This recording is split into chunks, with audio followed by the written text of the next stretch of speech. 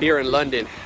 We're going to Westminster Abbey. That's Parliament. And I was reading a book because it's 2017 about, well, I was thinking on New Year's resolutions, and then I thought of the subject of love, because for the New Year's, a lot of people get lonely. I think the most suicides, the most breakups are all in December.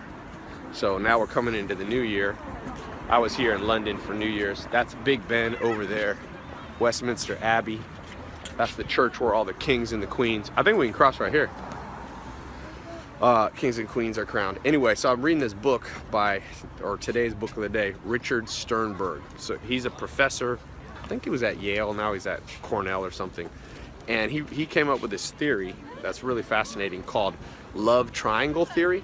So if you want to know why relationships a lot of times in the modern world fall apart, why 50+% of divorces, marriages end in divorce, this book tries to explain it. And I thought it was interesting. So triangle theory he came up with at the beginning of his career, which is that it right there? Elizabeth is from Norway. She's half American. Dana, are you having fun? I'm having a lot of Rome. I'm cold, man. I'm just cold. Rome's freezing. Anyway, triangle theory says there's intimacy, passion, and commitment. And he has a whole system of consummate love, companionative love, fatuous love. But then years later in his career, he realized, or he thought, there's a more complete theory.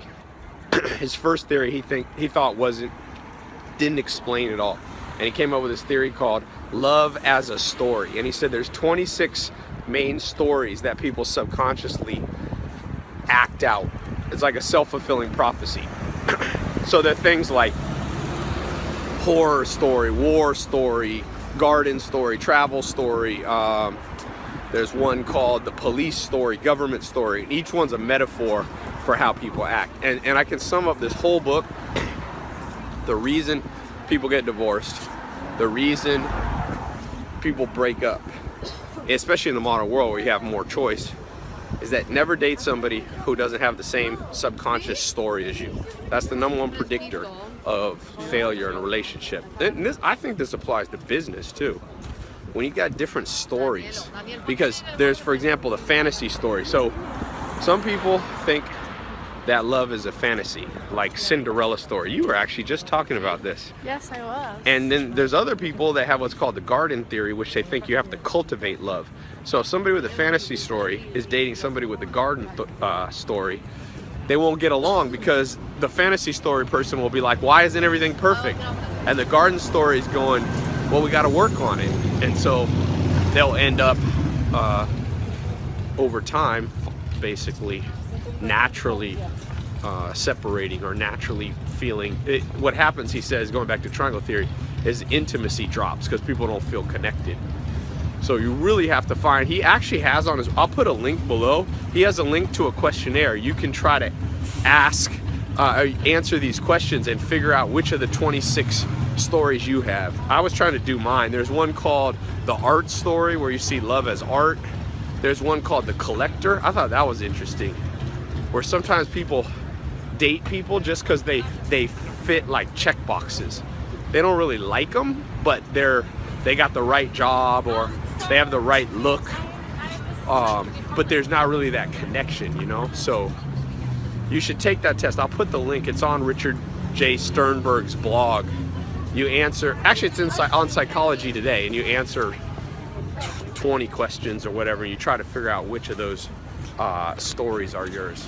And one thing that's interesting, most people have more than one story. You get them from childhood.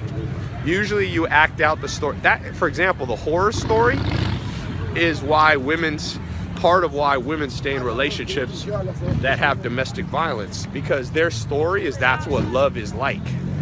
So they stay in that cycle of somebody, you know, hitting them or beating them up, because that's their conception of love. And so obviously it's not healthy. And he talks a little bit in the book on how you can try to change your love story if you got the wrong love story. Here's Westminster Abbey. Here we go. kind of cool. That's a cool church, right? You can actually go to church here. Here, let's go inside. Oh no, this is St. Margaret's. No, this is the church. This is part of it. Here we go. We got history here. This thing was built what year? 1523. She's got English major. Yeah. English history major. All these people, what percentage of people have healthy relationships? This book's, I think statistically, it's only about 1 in 5 relationships, maybe 20% that are actually thriving, you know? It's kind of cool, isn't it? A lot of people got married in there. I wonder what percentage of them were happy marriages. Anyway, what do you think's your love story? Take the quiz and then come back and leave a comment. I think mine's a combination. There's one called the teacher-student one. There's different classifications. There's like, what did he call it? Oh, I can't remember right now. It's a fairly complex system, but I broke it down relatively simply for you.